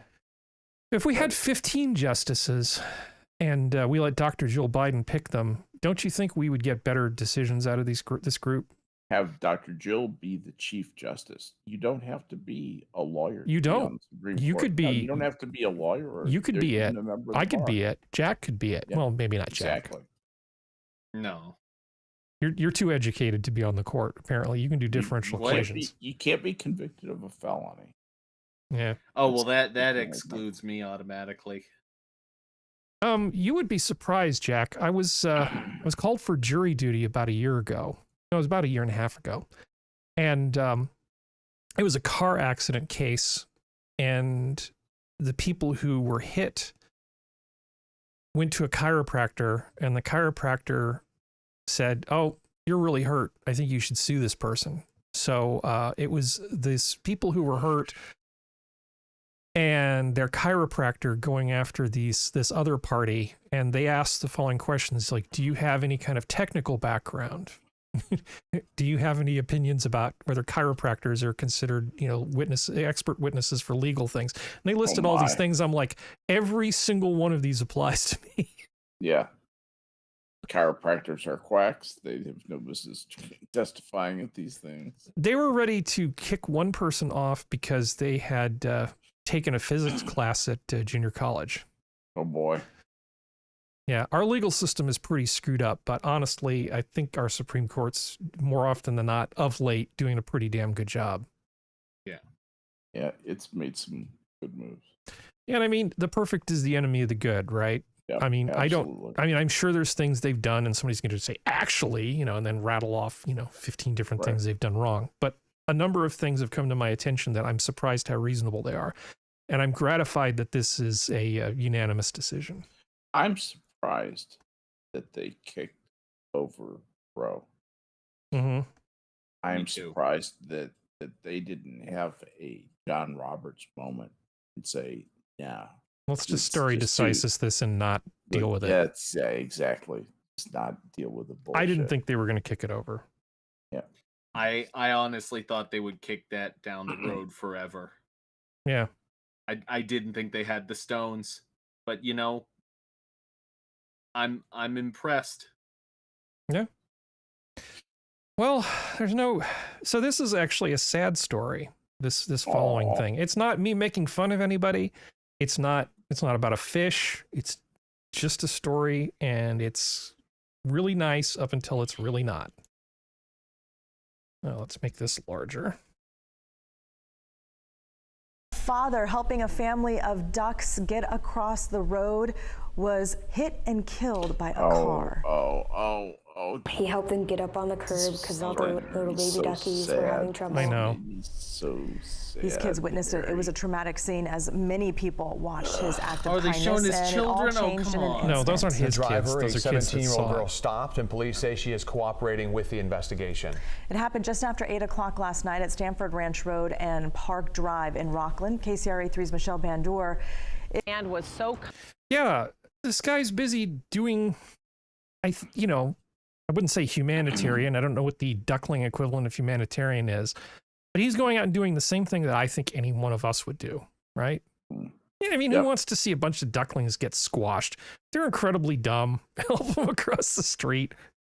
I've done things to, I've gone out of my way and spent a not insignificant amount of time pulling the same ducklings out of a swimming pool over and over again so they don't just drown and clog up the pool filter. Because I don't think senseless death is a good thing. But 15-year-old driver, you immediately think, oh, what was this person doing driving to begin with? Isn't 15 a little young? I mean, if she had a learner's permit or something, why wasn't there somebody in the car with her? There's just all kinds of wrong here. This guy shouldn't have died. And I would like to see something terrible happen to this 15-year-old, honestly, because there's no way this would happen unless this person was being just grossly careless. Yeah, that's absolutely true. She was probably driving a Mustang. She's probably driving a Mustang E, and it wasn't able to detect the ducklings on the collision sensor thing, so it didn't warn her. This is why women have no business having driver's licenses. Oh, let's see, in this current setup, can I actually still do this? Okay, yes, I can. A little bit of the gun grabber logic there. Okay, it's just a joke, Susan. Just a joke, Sue. Okay. So anyway, this was sad, and it just kind of made me angry, and I wanted to not be the only person angry about it. Moving on. Oh, so this guy, have you heard about this guy? The guy who's the millionaire who's busy trying to reverse his aging? Have you heard about this at all? I heard about that. Okay. A wealthy entrepreneur who's spending millions... Sorry, did you talk about this before? No. Okay. Who's spending millions to reverse the aging process and have the body of an 18-year-old, has been accused by his former fiancée of leaving her after she was diagnosed with breast cancer. Because if you're a self-obsessed narcissist, you have to think, well, what effect would this have on the people around you? and I actually, this is Taryn Southern, who was a YouTuber. I remember, back in sort of the earlier days of YouTube, actually watching some of her content. She was a pretty good presenter and, entertaining enough. Which is why when I heard about this, I was like, wait, what? What was her shtick? What was Taryn Southern's shtick? I remember that. Yeah, I don't remember entirely. She was busy just like interviewing people and doing stuff and trying to be professional mostly. Yeah. Well, she hooked up with this guy who made like a whole, hundreds of millions of dollars doing Cash App stuff and things. And he's been spending all this money. He's got like a whole bunch of doctors, and he's trying to basically reverse the aging process. He spends, let's see, this is the article about the thing. Wealthy entrepreneur reversed his biological age with $2 million treatment program. Now it's $2 million a year. Okay. To accomplish this feat, he will spend at least $2 million this year on a medical program that has more than 30 doctors monitoring his bodily functions, led by regenerative medicine physician Don't Care. The team aims to reverse the aging process in every organ. To do so, Johnson and Zolman scour scientific literature, blah, blah, blah, blah, blah. The body delivers a certain configuration at age 18, Johnson told Bloomberg Business Weekly in an interview published Wednesday. This really is an impassioned approach to achieve age 18 everywhere. Dubbed Project Blueprint, the program includes strict guidelines for diet, 1,977 vegan calories per day. God, how miserable must that be?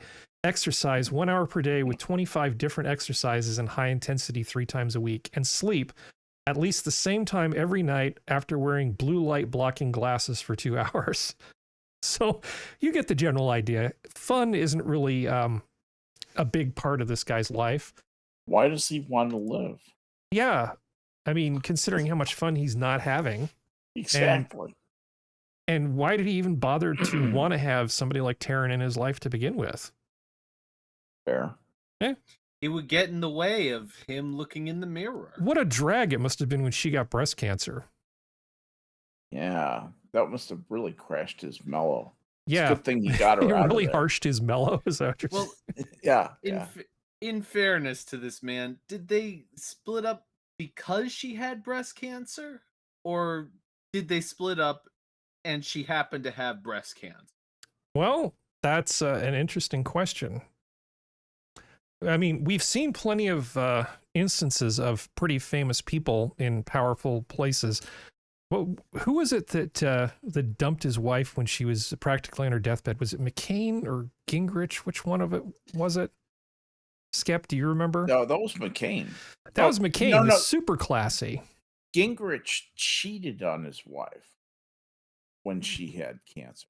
Oh, okay. And also John Edwards divorced his wife when she got cancer. Okay. He kicked her to the curb. Yeah. She was harshing his mellow, right? Yeah. Actually, her lawyers came back, though, and harshed his mellow pretty Yeah. So I think there's just sort of this assumption. But going forward, I found this just recently. This actually came up after I put the first article in the plan. He spends $2 million a year to look young. Now he's taken the blood of his teen son. So there he is with his son. Tech mogul who's spending millions in pursuit of perpetual youth has received blood from his 17-year-old son in what the eccentric multimillionaire is describing as the world's first multi-generational plasma swap. Brian Johnson's young blood exchange took place in early April, as Bloomberg first reported, when the 45-year-old California entrepreneur, described as the most measured human on Earth, arrived at a medical spa and wellness center in Texas with his son Talmadge and his 70-year-old father, Richard. So there's a picture of all three of them. Talmadge has no chance. How about this picture? How are we feeling about this picture? Does this make us feel comfortable, happy, upbeat? No. That really makes me... I need to look at chat. What's chat saying about this? Yeah, new meaning to term vampire capitalist. Gay. Yeah, this is a weird vibe. Yeah. This makes Elizabeth Hurley and her son look positively tame. I want to vomit. Yeah, in your mouth, just not like overtly. What, are you afraid it'll go through the microphone? Well, this just strikes me as like a whole new level of rich, douchey creepiness. I mean, good on him for discipline. Discipline's a good thing. I admire that. And making a bunch of money, I don't mind the guy having a bunch of money. But doesn't this seem kind of desperate? And what insecurity is he running from? And he's not going to reverse the aging process. That isn't going to happen. Yeah. At some point, he's going to run out of telomeres and he's just going to drop. That's the key. The other thing is plasma swap. Is that really smart? Your plasma is not identical to the plasma that you're going to get from your son. So your son is going to introduce proteins into your bloodstream that your body's going to have a little bit of a reaction. It'll build antibodies for them. Basically, what will happen, it will clean out the blood that comes in, which is probably enough like his blood, where the main proteins A and B and RH proteins will be right. But that just a host of other things that come in. That blood's some very complicated stuff. Yeah, but most Very, importantly, very it's just creepy. Yeah, it is just creepy. Yeah, I mean, honestly, this picture the is all I need. Alone is. Oh wait, there's more than one picture. What's the next picture? I just wanted to point out there are some medical concerns here that are very unpleasant. Yeah. Good times. Well, we don't want to look at his stupid Instagram, so let's not do that. Okay. So moving on to the next thing. Are you aware of this particular thing over on Netflix, Skep? That there's a new Bridgerton spinoff, which is like some sort of weird alternative history where there's like a black queen. Have you heard about this at all? Wait, what? No. Okay. I hadn't heard anything about this at all. Yeah, well, you're familiar with alternative history. Sure. Yeah.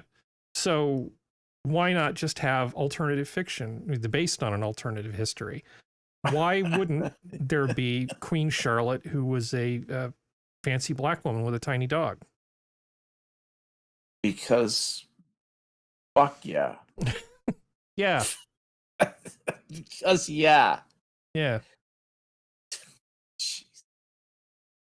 Yeah, I mean, there's a whole thing here, and I'm just like, okay. I mean, on the one, Netflix's stock price. No. What's happening with it? Is it great? Times. Yeah, it broke down pretty hard the other day. They've had some bad news come out.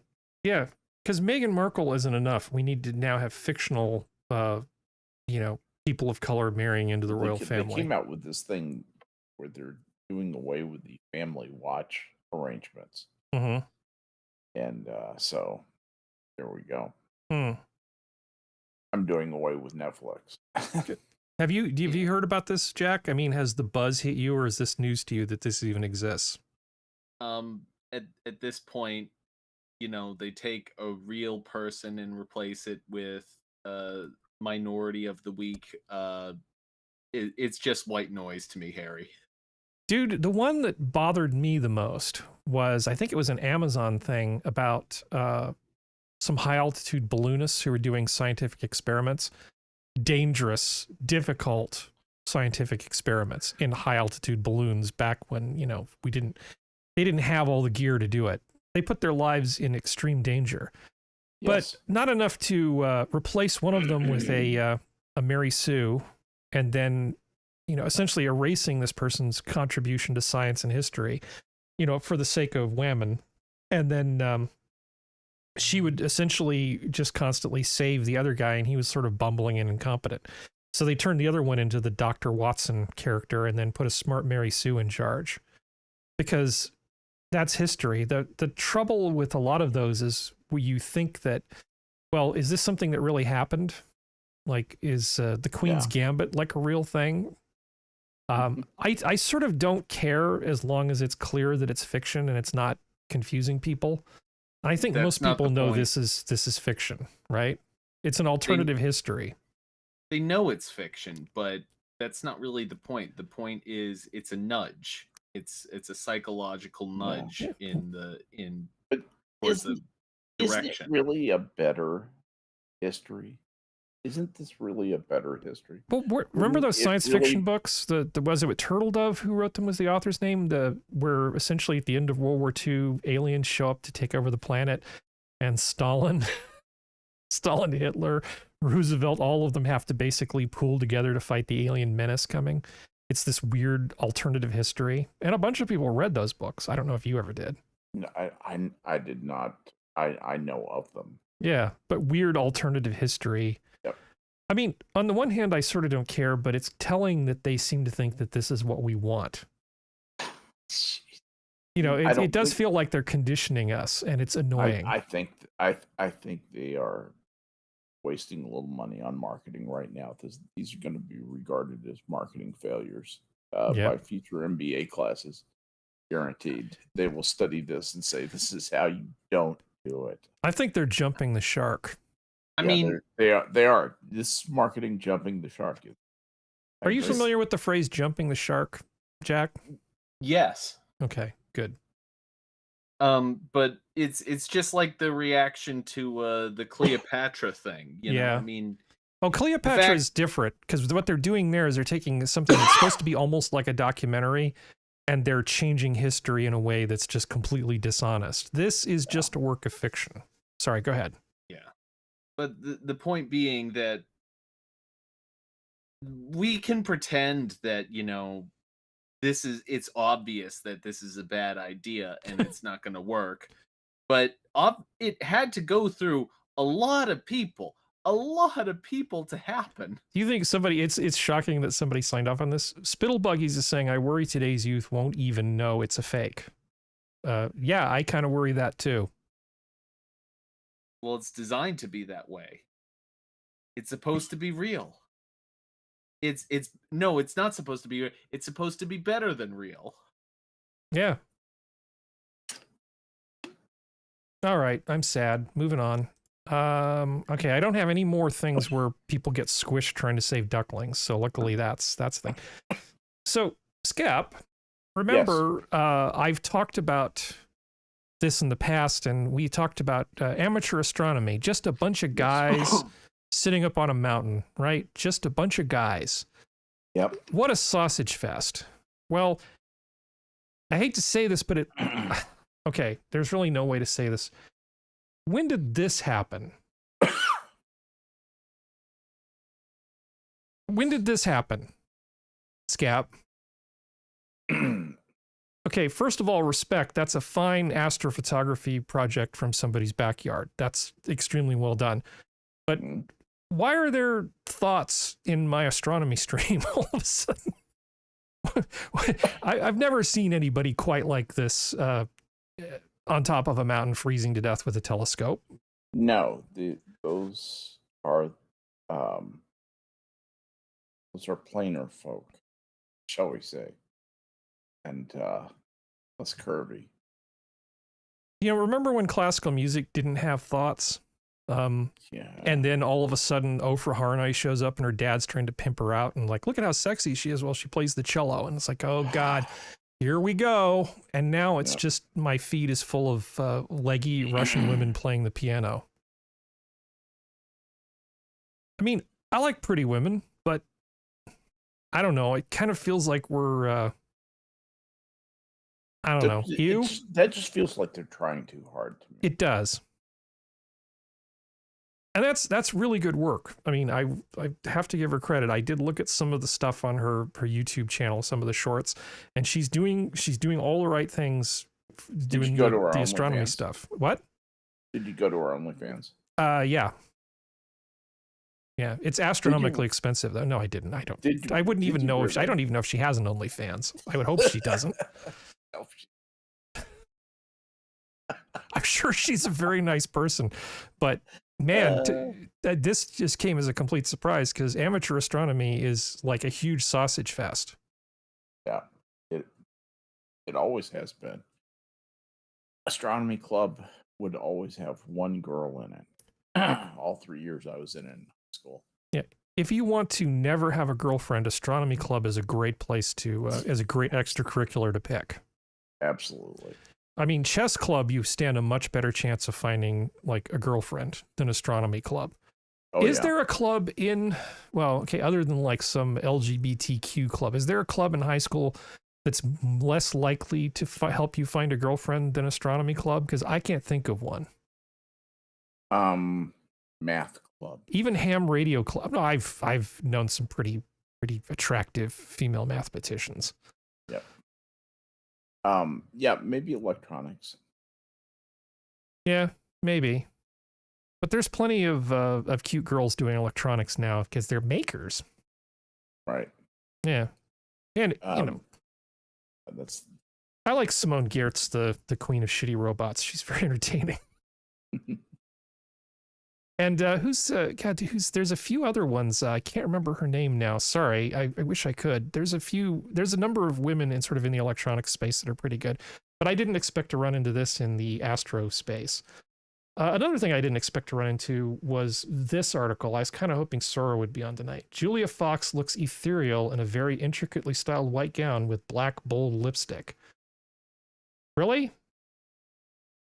This is what we're doing at Cannes now? Can? Isn't Cannes supposed to be like the really professional one? Like the one that isn't the whore that the Oscars is? Oh, it's foreign, so it's supposed to be classy. Yeah, it's foreign. It's the up and coming stuff. It used to much more than that. It's now become kind of classically avant-garde.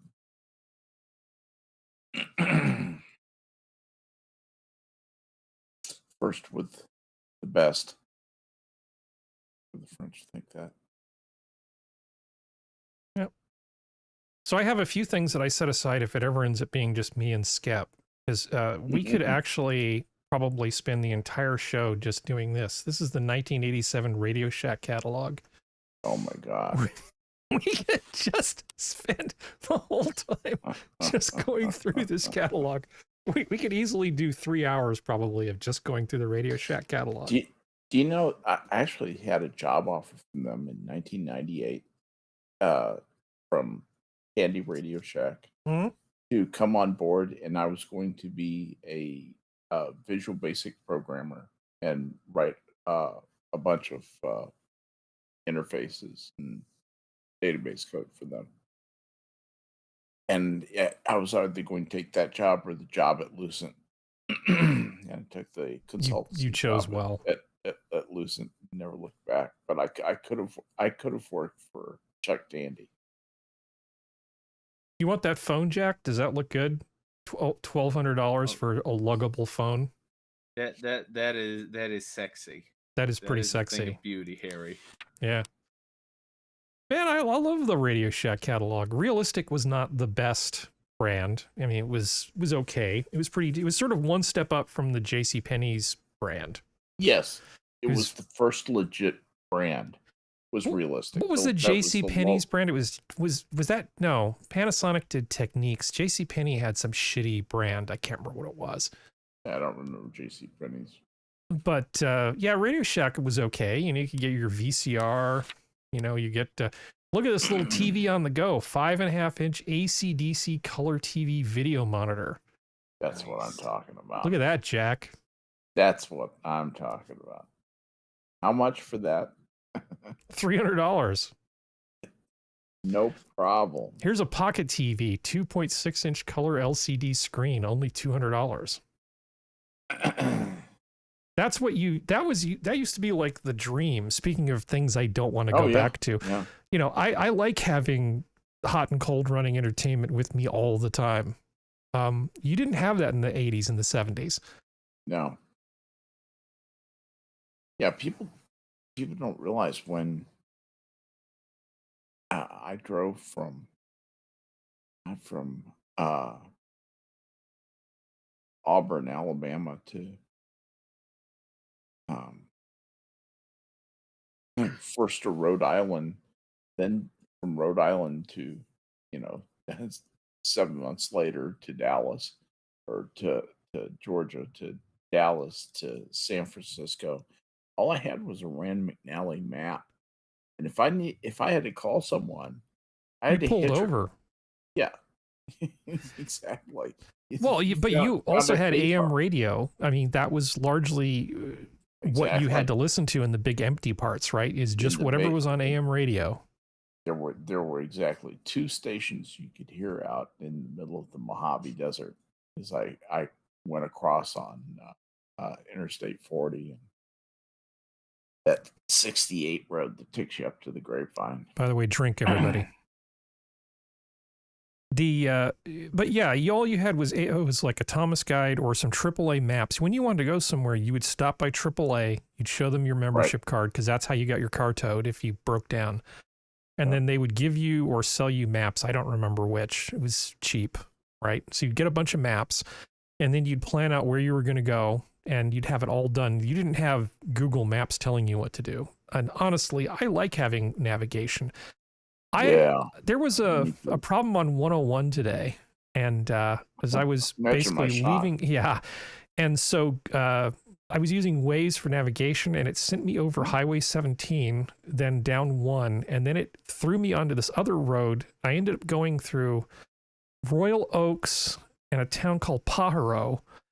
I've never in my entire life been to a town called Pajaro. No, Pajaro. Pajaro. And so I was going through, it was one of the places that got flooded just recently. Yeah, it's in the ass into nowhere. And I would have never, with a map and any kind of common sense, decided to go through that route. I got to see parts of California, and what was amazing that I had never seen before, because I like taking different routes. It's fun for me. Yes.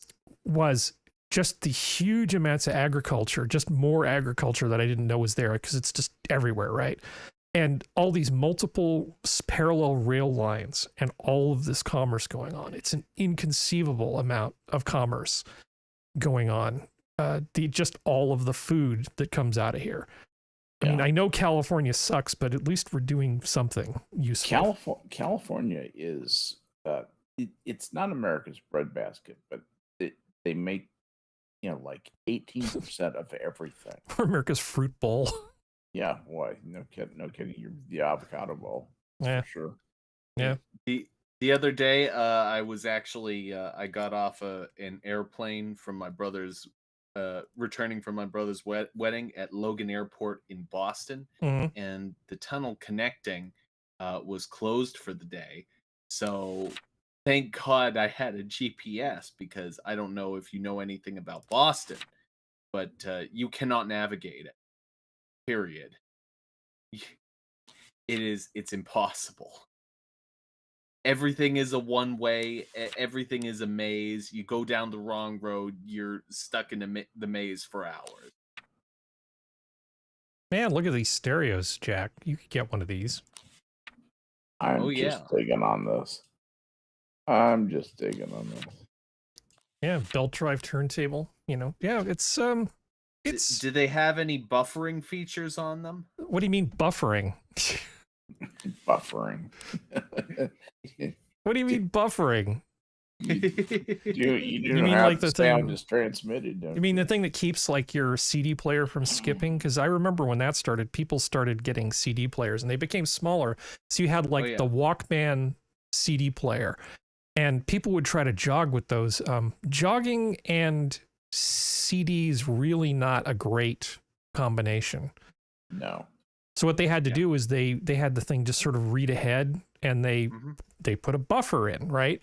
So the fact that you're jumping up and down and doing your little calisthenics thing, it more or less kind of worked because it had enough extra stuff read ahead that it just used the buffer. So that was like primitive technology. But yeah, the Sony Walkman. I mean, it was revolutionary because you could listen to music on tape easily while you went out and did stuff. That was huge. Absolutely. That was huge. That was huge. It really was. But now on my phone, I can bring up, I have hundreds of things in a playlist of just music. Yes. Or you could watch a movie. Yeah. So trust me, I do not want to live in the past, but I just wish some of the fun from the past we could kind of keep. I'm with you, Harry. 100%. Yeah. And man, I used to love Radio Shack. It's seeing these, by different woofers. It's always interesting to me when I hear about like older technology, and we kind of just accept what they give us at face value, but we don't realize how many little tricks people had to come up with in order to get by the very real limitations of the technologies they were working with. Sorry, Spittle Buggies. I just kind of forgot what I was doing and started flipping through the catalog, because that's what one does with catalogs. Yeah, in terms of like old stuff, I'm sometimes I'm on the bleeding edge and sometimes I'm on the trailing edge. I remember the very first piece of music I ever paid money for, where I went to a store and bought it myself, was an 8-track tape of the Saturday Night Fever soundtrack. Now, to be fair, I was very young and very stupid because I was very young, and I thought 8-track, this is great. It's got 6 more tracks. It's great. Yeah. And so the most 70s thing I've ever heard in my life, Harry. Yeah. No, I went to this party, and they had this music and stuff playing, and everybody's going to, so this is what I'm supposed to listen to. And I only listened to that kind of music for a very short amount of time, and then just said, no, this is crap. I can't do this anymore. But I don't hate disco. I mean, some people hate disco, but I can't bring myself to hate it. I'm just imagining like little Harry with an afro.